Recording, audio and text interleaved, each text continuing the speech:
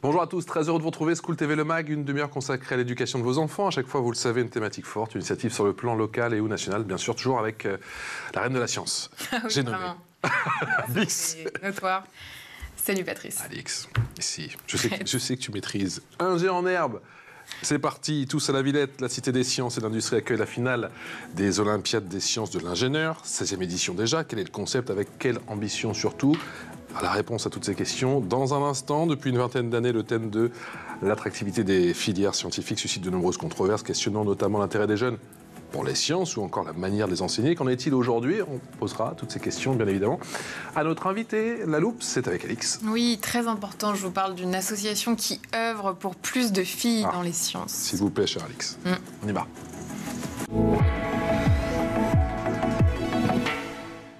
Bonjour Florent Le Bourris. Bonjour Patrice. Merci d'avoir accepté notre invitation. Présidente de l'UPSTI, l'UPSTI, c'est Union des professeurs de sciences et techniques industrielles. Fin de l'interrogation surprise, ça a été créé en 1982. Je dis fin de l'interrogation, mais ça continue, t'as vu 43 ans pour lequel on œuvre à la promotion des sciences et des techniques industrielles. Un réseau de plus de 700 enseignants. Professeurs, effectivement, de sciences de l'ingénieur répartis dans plus de 200 lycées publics ou privés. Vous êtes prêts pour la finale? Oui, on est prêts. Vous êtes prêts? On est à fond. Ça va se passer donc dans 2 semaines. Dans ce très bel écrin, à la Villette. Oui. À la porte de la Villette, effectivement, de la Cité des Sciences et de l'Industrie. Ce concours, c'est devenu une véritable institution, non? C'est une institution et puis c'est aussi une vitrine pour notre matière. C'est créé donc, il y a 16 ans maintenant, 16e édition. On parle de finale nationale, mais finalement, cette année, on est même sur une finale internationale, puisque de plus en plus de pays européens et... J'ai vu qu'il y a quelques invitations, là, c'est ça? Exactement. J'en ai plus des Allemands. On invite des participants allemands, d'accord, donc 2 équipes allemandes qui vont nous rejoindre cette année, 2 équipes de Chine, de l'université à Hangzhou, près de Shanghai, et on a une délégation suédoise qui va venir aussi prospecter pour venir participer l'année prochaine. D'accord. Ils sont plus de 3000 élèves sur la ligne de départ, et au final, il y en a plus de 3500, c'est ça. Plus de 3500. À peu près 1000 projets. D'accord, 3000 projets. Et combien au final pour cette finale tant attendue à la Villette? Et donc, ils sont 65 équipes françaises et le reste pour les équipes internationales. Ça monte à peu près à 70 équipes. C'est quoi le concept et comment ce concours a évolué en 16 années? J'imagine qu'il a pas mal évolué. Alors, le concept, c'est de mettre à l'honneur et de mettre en lumière les élèves qui sont dans des parcours scientifiques et technologiques. Donc, filière générale, spécialité sciences de l'ingénieur, filière technologique, STI, 2D. D'accord.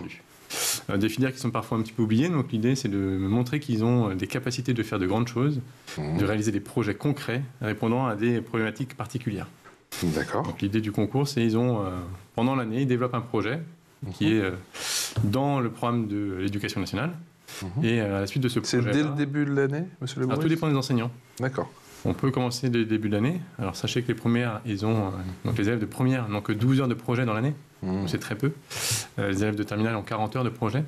Donc l'enseignant commence quand il a envie. C'est une façon aussi de motiver les élèves. Le projet, toucher les problématiques, ça motive les élèves. Donc beaucoup d'enseignants font bien plus que 12 heures. D'accord. Première. D'accord. Et du coup, la réponse, elle doit être apportée via quel format? C'est des prototypes? Ce sont des programmes? Alors, pour participer à quoi? À la finale nationale, il faut avoir un prototype, en tout cas quelque chose de fonctionnel. D'accord. On ne peut plus avoir juste un prototype avec des idées. Il faut quelque chose qui fonctionne, qui bouge. Tout de suite, c'est plus compliqué. Ça, c'est l'idée. Et il faut allier aussi la notion de conception, fabrication et avoir un système réel qui fonctionne, mais aussi le modéliser. C'est quelque chose qui est très important et pris en compte par les jurys. On modélise le système sur différents logiciels et on peut prévoir ses performances et optimiser son comportement. D'accord. Et quelles sont les étapes avant la finale? Alors, il y a des finales académiques. Donc, on organise 26 finales académiques dans toute la France, dans les DOM, en Guyane, et puis du coup, en Chine, on a été, et en Allemagne. Et on sélectionne dans toutes ces académies à peu près 2 à 3 projets. On propose 2 à 3 projets, 2-3 places par académie pour la finale nationale.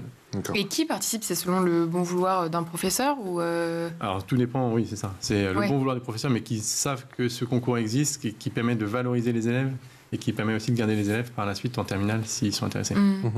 Vous vous êtes pas mal démocratisé, effectivement, au fil des années. Au début, vous étiez concentré sur les prépas, c'est ça? Et maintenant... Alors, l'Union? L'Union, oui, tout à fait. Oui, c'est ça, on a démocratisé. L'idée, c'est vraiment de représenter l'ensemble des professeurs de sciences et techniques industrielles, donc c'est sciences de l'ingénieur en classe préparatoire et professeurs d'informatique en classe préparatoire, mais aussi les professeurs de sciences de l'ingénieur au lycée. Ouais. Donc général et technologique. Ouais, vous êtes de plus en plus nombreux, effectivement, l'Union fait la force. 65 projets au final sélectionnés. Je vais le répéter pour cette finale. Ce sont des équipes de combien d'éléments en général? C'est de 2 à 5 élèves. Dans le règlement, c'est 2 à 5 élèves maximum. D'accord. Donc plus un enseignant, bien sûr, 1 ou 2 enseignants. Et ce qui nous fait donc à peu près... Ça fait du travail.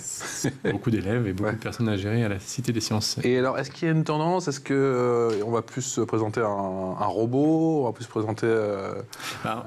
Tout dépend des thématiques, en fait. Parce que ce que je n'ai pas dit, c'est que le concours a évolué. Et l'évolution a été dans l'imposition d'une thématique. Vous avez corsé l'affaire. Exactement. Donc les élèves, ils doivent répondre à une problématique de l'ingénieur. C'est quoi cette année? Il doit répondre aux problématiques du développement durable. D'accord. L'ingénieur, il doit répondre à la problématique de la ville de demain. Donc on a tous les ans 2 thématiques, une pour les premières, une pour les terminales. D'accord. Et la thématique est le cours de la première à la terminale. Excellent. Et pourquoi avoir choisi ces sujets précisément, et vous vous attendez à quel type de solution? C'est pour montrer que l'ingénieur il est présent à peu près partout. C'est ça l'idée. Et parce que les élèves, sinon, si on propose toujours la même chose, on a toujours les mêmes projets qui reviennent chaque année. Et des projets qui se complexifient, parce que les enseignants peuvent récupérer les projets, c'est normal. L'idée, c'était de repartir un peu de zéro et de montrer que l'ingénieur, il est présent dans différents domaines. Mais vous avez un exemple de ce qui figurera, un ou des exemples là, typiquement? Alors pour la ville de demain, en exemple, on a des murs, comment on peut optimiser les murs qui permettent d'atténuer le bruit, comment on peut récupérer aussi ou faire des dalles spécifiques pour avertir les automobilistes que des piétons sont dans des zones sombres. D'accord. En utilisant des capteurs piézoélectriques à l'intérieur des dalles mises sous le pavé. D'accord. Et ils sont déjà à même de faire ça, justement, quand ils sont en première ou en... Oui. Enfin, j'imagine que même vous devez être bluffé, quoi. C'est ça qui est bluffant, en fait. C'est qu'ils sont extrêmement bons et en fait, ils passent beaucoup de temps. Le projet leur prend beaucoup de temps, mais ils se prêtent au jeu. Et alors, est-ce que c'est de plus en plus difficile parce que le projet leur prend beaucoup de temps? J'imagine aussi beaucoup de temps pour le ou la prof, effectivement, qui doit y consacrer un petit peu, à peu près tout son temps et tous ses week-ends. C'est de plus en plus compliqué, délicat de trouver justement des profs qui sont disponibles pour donner de leur temps pour ces projets. C'est l'ADN un peu des sciences de l'ingénieur. Donc les enseignants, ils ont ça en eux. Ils savent très bien que le projet, ça prendra du temps et ils y consacrent du temps. Ils savent que les élèves vont s'y passionner en fait. Combien de prix vont être décernés à l'occasion de cette grande... Exactement finalisé aux alentours de 15 prix. 15 prix? Oui. D'accord. Alors, parce qu'on récompense les premières et les terminales, le premier, deuxième, troisième, donc déjà 6 prix. Et après, on a des prix plutôt à thématique. Alors j'ai vu prix de l'ingénierie, prix de la communication. J'étais resté sur 12 prix, mais ça a encore augmenté. Vous avez encore... Voilà, ça dépend un petit peu des partenaires. Et c'est quoi le prix de la communication, par exemple? C'est comment ils s'expriment aussi.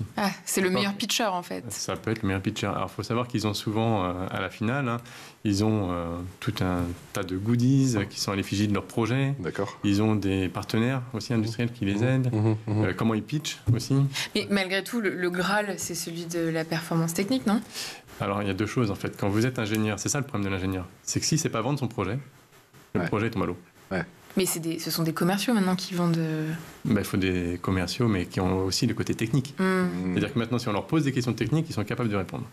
Donc, un ingénieur dans son coin qui fait un projet tout seul, il ne le vend pas. Le meilleur projet du monde, s'il est mal marketé, exactement, il va rester dans les cartons. Voilà. Donc, ils s'y prêtent au jeu, en fait. Et c'est important. Et alors, du coup, c'est quand même énorme. Enfin... Quand tu arrives quand même à la Villette, c'est cet écrin magnifique, gigantesque, ça doit être quand même assez impressionnant. Je pense que pour les élèves, ça va être impressionnant, oui. Ouais. surtout ce bel amphi qu'on a pour la remise de prix, c'est magnifique. Donc, mais ils ont l'habitude, on est tous les ans dans des entreprises, soit de très grandes entreprises françaises. D'accord. Donc ils ont l'habitude d'avoir ce waouh en rentrant. Le prix de la technologie, le prix de la démarche de l'ingénierie, le prix d'innovation responsable, effectivement, ça embrasse votre thématique, le prix de la gestion énergétique, et là aussi, effectivement, on est encore dans le thème. C'est compliqué aujourd'hui d'inculquer aux élèves, par exemple, de savoir comment construire un robot, comment...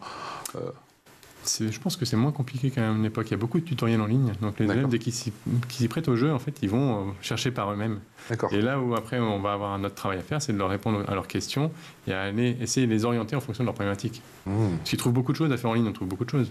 Même les IA. Le professeur doit être sans cesse en train de challenger son prof, dire bon, j'ai vu ça hier soir, je suis couché à minuit.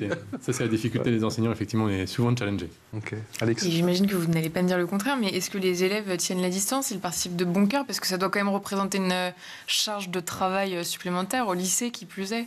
Période d'examen. Ils le font de bon cœur. Ouais. C'est quoi la carotte pour eux? Qu'est-ce que ça représente pour un élève, ce prix? C'est quelque chose qu'il peut mettre dans son CV ensuite? Il peut mettre dans Parcoursup, déjà. D'accord. Ça peut être valorisé dans Parcoursup pour après les études supérieures. Ça peut être déterminant? Déterminant, je ne sais pas, valorisant, oui. D'accord. Mais en fait, ils aiment voir ce qu'ils produisent. Ça produit un effet, l'objet bouge, l'objet réalise une tâche, et en fait, ça, ils trouvent ça génial. C'est le type de concours, ce type de tremplin aussi, si je puis dire, qui peut susciter des vocations. D'après vous, vous avez quel retour d'expérience? Alors, c'est ça qui est génial cette année. On fait une table ronde. J'ai voulu cette année faire une table ronde pour reprendre, ça fait 16 ans maintenant qu'on a fait le concours, pour voir ce que sont devenus les anciens. Et on a été chercher des anciens qui ont monté leur start-up ou leur boîte sur le projet qu'ils ont présenté aux Olympiades. Donc cette année, ils vont venir présenter leur start-up, leur entreprise et quelles sont les difficultés à la suite. Parce que maintenant, monter une entreprise, c'est plus la même chose. Et ils ont le droit je veux dire, pour monter cette start-up, il faut que chaque membre qui a participé à la construction fasse partie de la start-up ou Non, je crois qu'ils ne le font pas comme ça. Ok, et après, c'est pas un il y aura problème. comme un accord. Là, on a une entreprise, effectivement, une entreprise, un des élèves candidats qui a développé une chaise qui permet de soulever les personnes à mobilité réduite, les personnes âgées plutôt, pour les remettre en position haute. Ouais. Ils l'ont fait ils ont été deux aux Olympiades, ils ont fait par la suite tous les deux cette entreprise. Mais d'autres candidats sont allés tout seuls sur leur projet. On a compris qu'il y a, Florent Lebouris, chaque année en tout cas, une, même deux thématiques, effectivement, pour les premières et les terminales. Est-ce qu'il y a beaucoup de règles à respecter? Est-ce qu'il y a tout un cahier des charges à respecter? Il y a tout un cahier des charges, c'est assez strict. Ce serait trop simple. On a quand même un comité de pilotage pour les Olympiades. Il faut le rappeler, on est adossé au ministère de l'Éducation nationale et de l'enseignement supérieur. Et aussi, on est adossé à l'Académie des technologies.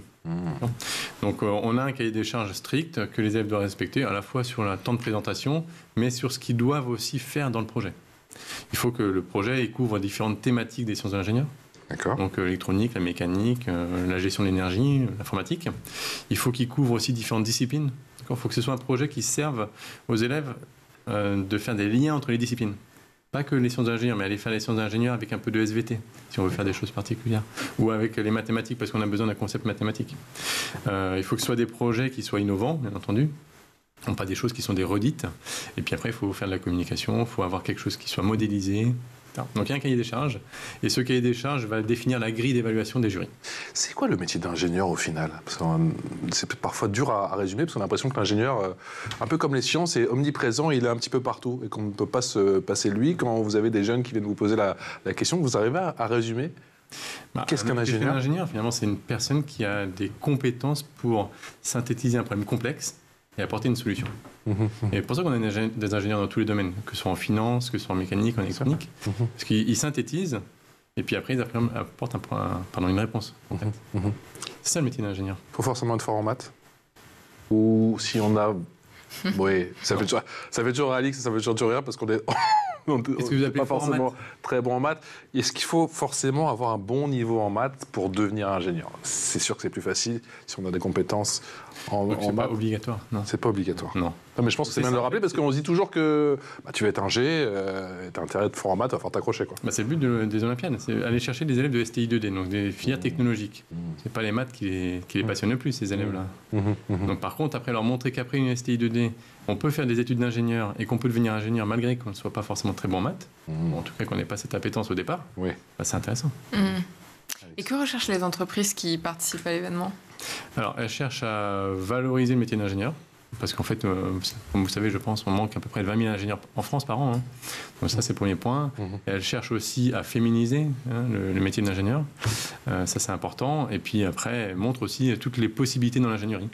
Cette année, par exemple, on a un des partenaires, c'est la RATP, montrer que même à la RATP, il y a un service d'ingénierie. Et il y a des secteurs particulièrement en tension dans l'ingénierie? Actuellement, dans tout ce qui est... je dirais pas trop de bêtises, mais dans l'automobile, ça va. L'aéronautique, ça va. Mais en électronique, il manque d'ingénieurs spécifiques. D'accord. On note, en électronique. L'électronique, c'est une des particularités. Vous avez effectivement évoqué, monsieur Le Bourris, parfois le manque de filles, le manque de femmes effectivement dans les filières scientifiques. C'est notamment l'objet de la loupe. Et la loupe, c'est avec Alix.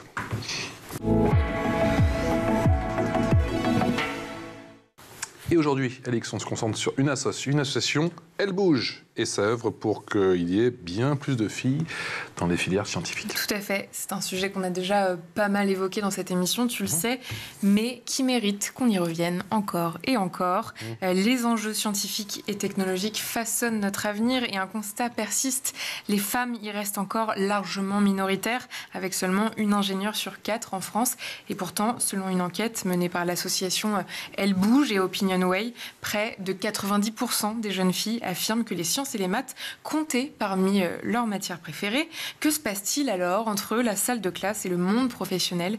Eh bien, toujours selon l'étude, 50% des étudiantes en filière scientifique ne se sentent pas à leur place. Le poids des stéréotypes, le manque de rôle modèle féminin, l'idée que les sciences sont faites pour les garçons se glisse dès l'enfance dans les esprits. Résultat, des talents féminins qui s'autocensurent et une industrie qui se prive d'une moitié de potentiel. Face à ce constat, l'association Elle Bouge, fondée en 2006, agit avec plus de 10 000 marraines bénévoles, ingénieures, techniciennes, chefs de projet. Elle va à la rencontre des collégiennes, lycéennes et étudiantes. Son objectif est de montrer que ces métiers sont faits pour elles, qu'elles sont capables, qu'elles ont toute leur place dans l'innovation et l'ingénierie. Et justement, pour concrétiser cette mobilisation, un événement majeur vient de se tenir, le Challenge Innovatech. Ce concours 100% féminin vise à promouvoir l'entrepreneuriat et l'innovation technologique auprès de lycéennes et étudiantes. On écoute Isabelle Huet, directrice générale d'Elle Bouge.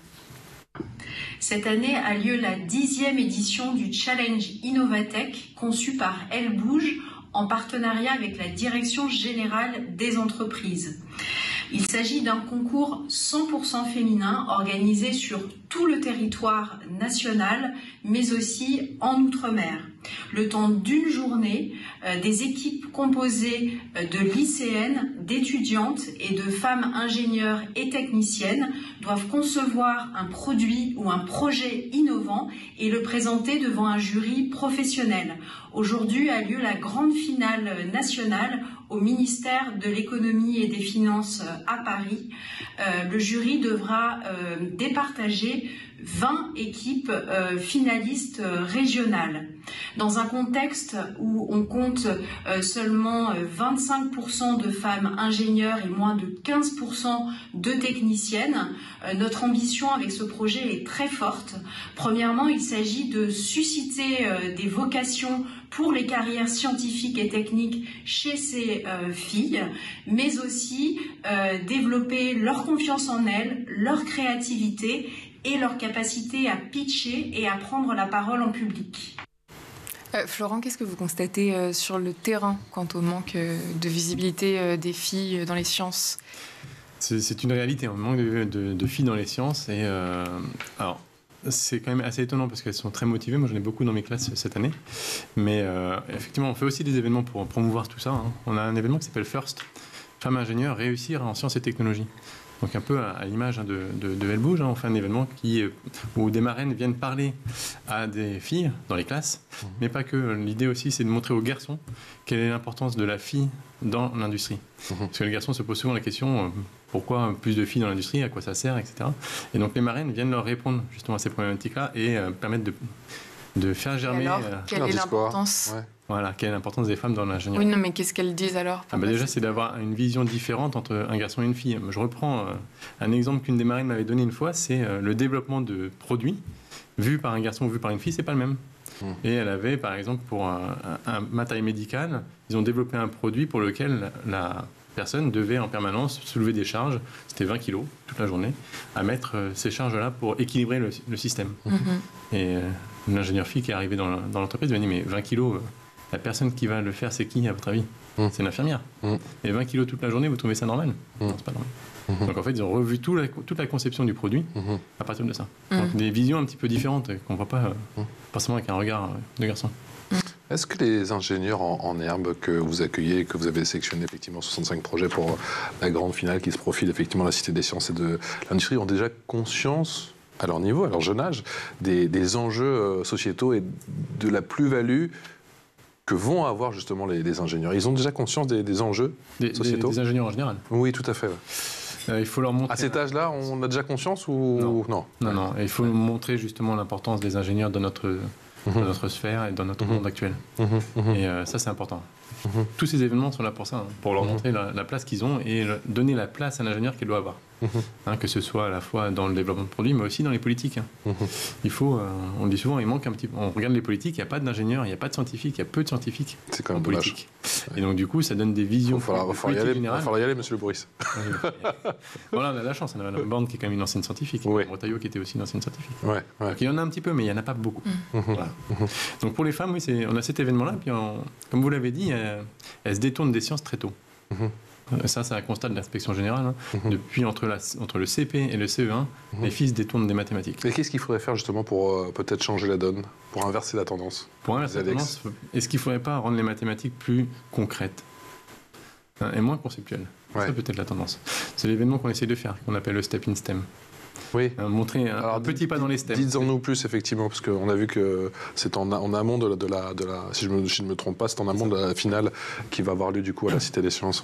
C'est cette semaine, effectivement. C'est des événements qu'on réalise 3 fois dans l'année, mais l'idée étant d'aller dans les écoles élémentaires et maternelles pour montrer aux élèves qu'est-ce qu'on peut faire en sciences. Première chose, montrer aux jeunes filles qu'elles savent faire des sciences, elles savent faire des mathématiques, et peuvent les appliquer. Et souvent, elles sont heureuses, et eux aussi, les garçons sont heureux à la sortie de ces séances-là. Et puis, leur permettre de continuer par la suite. C'est important. L'idée, c'est de montrer que les sciences et les maths sont omniprésents et que c'est pas si difficile que ça, peut-être, et que ça peut... que concrètement, ça peut être matérialisé concrètement. On peut le voir. C'est ça. Et l'idée de Step in STEM, c'est toujours partir de notre ADN, c'est-à-dire du système concret, d'un prototype, d'un robot, de quelque chose de concret, et de faire des sciences, des mathématiques autour de ça. Et ça intéresse les élèves. Ça veut dire quoi, Step in STEM? C'est un premier pas dans les STEM. Et le STEM, c'est pour les sciences, technologies, ingénierie et mathématiques. STEM. D'accord. Sigle anglo-saxon, développé par le MIT à l'époque. D'accord. Et pendant ces ateliers, vous voyez les filles et les garçons interagir de la même façon avec la matière? Il n'y a aucune différence. Même, en fait, les filles, elles sont à fond. C'est ça qui est génial. Et l'objectif de l'événement, c'est de sortir à la fin de la séance et d'entendre une fille dire, et ça nous arrive, moi je vais être ingénieur maintenant, monsieur. J'ai compris. Et les maths, j'ai compris. J'ai pu appliquer et ça me plaît. Et vous disiez que vous constatiez la même chose des filles qui s'autocensurent dans vos classes, parce que vous enseignez en quelle filière? Alors j'enseigne en classe préparatoire en PTSI, PT étoile au lycée à Cachan, et j'enseigne aussi en lycée à Cachan, mais en première générale. De telle sorte d'aller voir un petit peu ce qui se passe sur le terrain. Et là, qu'est-ce que vous observez du côté des filles? Qu'elles sont fortes et elles sont mobilisées.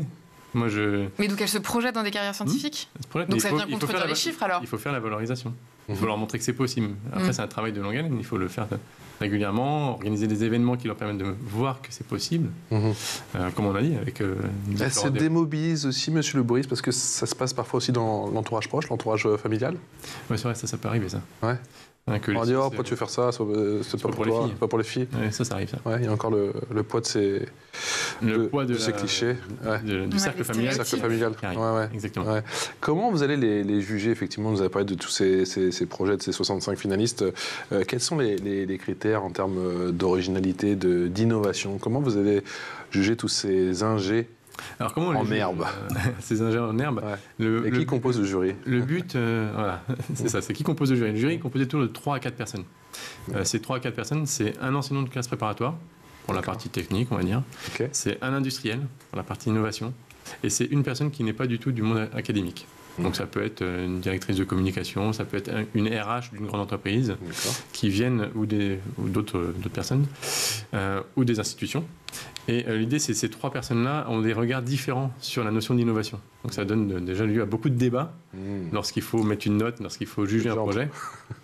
Ce que c'est que l'innovation pour un prof de prépa ou que c'est que l'innovation pour un RH ou une RH, c'est différent. Donc à partir de ça, ils ont une grille d'évaluation, une grille de compétences à remplir, et ils peuvent noter les élèves. D'accord.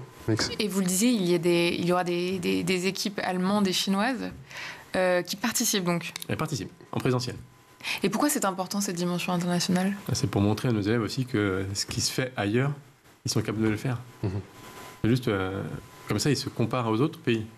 Et ils voient que fait en Allemagne, en fait, les élèves sont les mêmes, ils font des projets aussi intéressants. Et en Chine, ils font des projets aussi intéressants. Et qu'ils n'ont pas à rougir de leur niveau, surtout par rapport aux autres.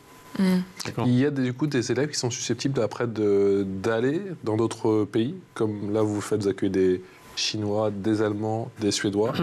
Est-ce que du coup c'est un autre concours Ce serait autre chose. Ça. Alors on a fait. Vous pouvez encourager peut-être ces élèves à se dire tiens, va voir comment ça se fait là-bas. On a présenté sur des différents concours, des concours internationaux, les vainqueurs des Olympiades. D'accord. Ça s'est arrivé plusieurs fois où on les emmène aux États-Unis en particulier faire des concours de technologie. D'accord. Et ça arrive de temps en temps. D'accord. Et ils ont l'occasion, pourquoi pas, d'aller voir comment ça se passe au MIT ou... Exactement, c'est ça. Quelle chance, effectivement. Et j'imagine que ça doit... C'est le genre de rencontre, le genre de découverte qui doit effectivement paver un petit peu l'avenir de ces jeunes pousses. J'imagine que c'est un souvenir assez... c'est un souvenir, puis c'est une expérience assez incroyable. Vous l'avez découvert à quel âge, vous, le MIT ? Vous y êtes déjà allé ou pas ? Moi, jamais été. Moi, j'ai fait la... Ah, c'est l'occasion, voilà, Florent Le Bourris. Pardon ? J'ai pas fait l'MIT, mais oui. Mais vous avez fait ? J'étais aux États-Unis aussi, mais... D'accord. Et c'est un autre monde, du coup, concernant les sciences ? Le MIT, je pense que c'est un autre monde. Ouais. Mais parce que le terme technologie est valorisé là-bas. Valorisé, exactement. Ouais. En France, le terme technologie il est dévalorisé. Ça commence à changer ou pas ? Ouais. C'est très dur. Moi, j'ai un très bon souvenir. Et je vous le disais juste avant l'émission de ma prof de techno, effectivement. Mais encore une fois, c'est tout dépend de ton prof.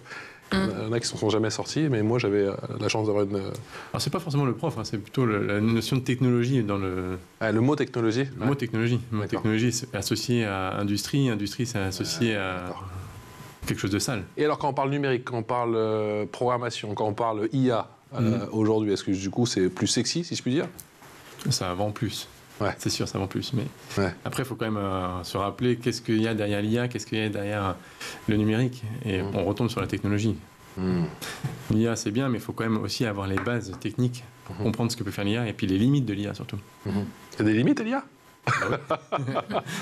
Heureusement que nous... J'ai l'impression qu'il n'y en a pas. Enfin, je suis extérieur à tout ça, je me dis waouh, j'ai l'impression qu'il n'y a pas une semaine sans qu'on découvre telle dernière avancée. C'est régulé, heureusement. C'est ça. Mais ce que je veux dire par limite, c'est la limite d'utilisation. Ouais. Et puis que c'est l'homme qui est quand même derrière tout ça à la base. Bon, eh bien écoutez, merci infiniment en tout cas à Florent Le Bourris. On rappelle la finale, je crois que c'est le 27 mai si je ne m'abuse, c'est ça ? Le 27 mai. Et je profite, on fait une finale aussi pour les Step in STEM le 5 juin. Et le 5 juin Le 5 juin, à l'École des Arts et Métiers, on regroupe tous les enfants qui ont participé à cet événement Step in STEM. D'accord. Pour une journée d'immersion et de sciences et technologies. À l'École des Arts et Métiers à Paris. Et également un grand merci à vous, Florent Le Bourris, président de l'UPSTI, l'Union des professeurs des sciences et techniques industrielles. La finale donc le 27 mai à la Cité des sciences et de l'industrie. Ma chère Alix. À demain. À demain. Excellente journée. Ciao.